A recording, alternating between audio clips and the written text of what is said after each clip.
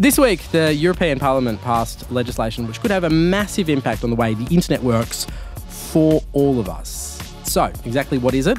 Let's find out. Joining us in the US is the technology editor for News Corporation, Jennifer Dudley-Nicholson. And here in studio with me is freelance technology writer. You can see his work in Crikey, the Fairfax Press, and all of the rest of them, Benjamin Grubb.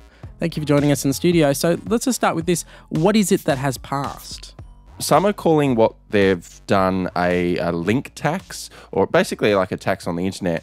The people who are behind it, a bunch of EU kind of, I guess, similar to our MPs, have put this legislation forward. The idea is that it helps content creators out on the internet. We've had similar kind of pushes in Australia that haven't quite got there. Think of every Google search you've ever done. Think of if you search for a headline and it comes up on Google. Imagine that Google would have to pay back to the Sydney Morning Herald, back to the Guardian, back to those places. Jen, how would this even work? It's interesting that it's Europe who's kind of leading the way in this. I don't know how this is going to work. And I don't think that even the people who put it in place necessarily know that yet, because they've got a system for sort of identifying copyright works on YouTube right now, but that's not even foolproof. So I'm not sure that this is at a place yet where it can work. It'd be interesting to see some of the big tech giants actually have to pay for some of the content that they're benefiting from.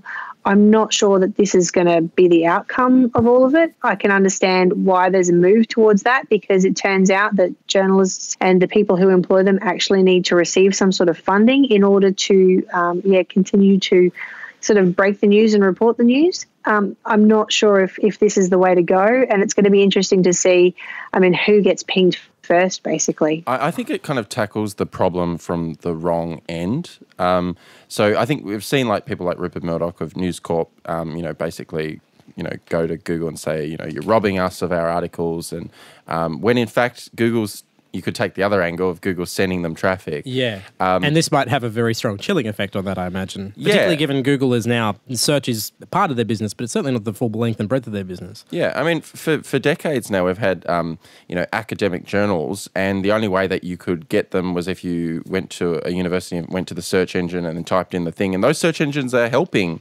you find that content.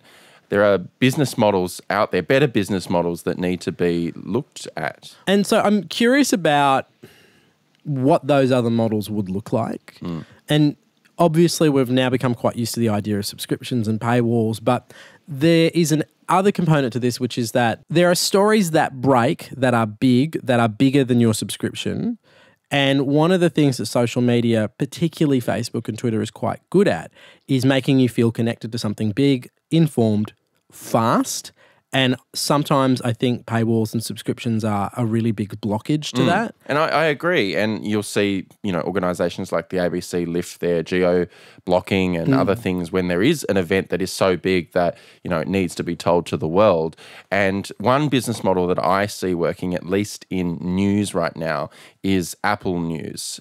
Because it is starting to become a large portion of news websites' traffic, and as part of that you can take the paywall off a number of articles when you send out push alerts to the users. And some of these articles, you can send out a push alert and it could reach 1 in 20 Australians. Like, it is huge, and then the amount of traffic can sometimes be on par with the traffic that you've traditionally had on your own news websites.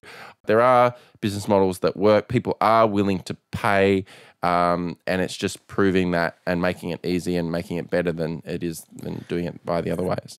Jen, I'm curious about whether you think it will have a chilling effect, whether, the likes of Google and Facebook will simply stop supporting news outlets in light of this.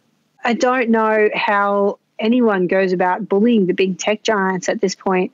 They've got so much power worldwide that, even the GDPR, Google, as I understand it, is fighting elements of that. Some of it doesn't seem very workable at all.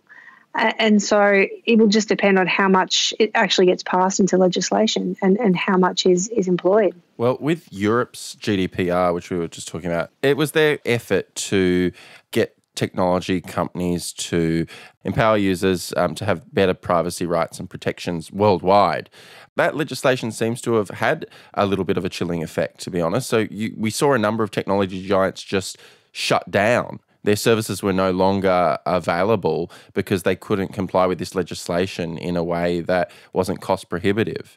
If anything, this could actually entrench them and kill the startups that are trying to comply. I want to think that, yes, all of these new startups will grow out of this legislation and we'll all live happily ever after. But I've seen a bunch of magazines go to the wall in Australia in very recent history. I'm not necessarily sure that a lot of people are putting on journalists and going to have these other news organisations that are totally going to work with Google and the tech giants and be able to fund themselves under some sort of magic European arrangement. I'll be interested to see actually like the outcome of the ACCC investigation into digital platforms. I'm interested to see what sort of solutions they come up with locally. All right. There is lots more of this in the podcast of Download This Show. We are also going through all of the new Apple Watches and iPhones that were announced this week. What's good, what's not, what can Apple do better? All of that you can find right now in the podcast of Download This Show. Also, if you happen to be watching this either on TV or on the internet, head along to the ABC News YouTube channel. Leave a comment underneath of other topics you want us to cover. We do have a look at them. And if you write something there that's interesting, we might just talk about it right here on Download This Show. Thanks, guys.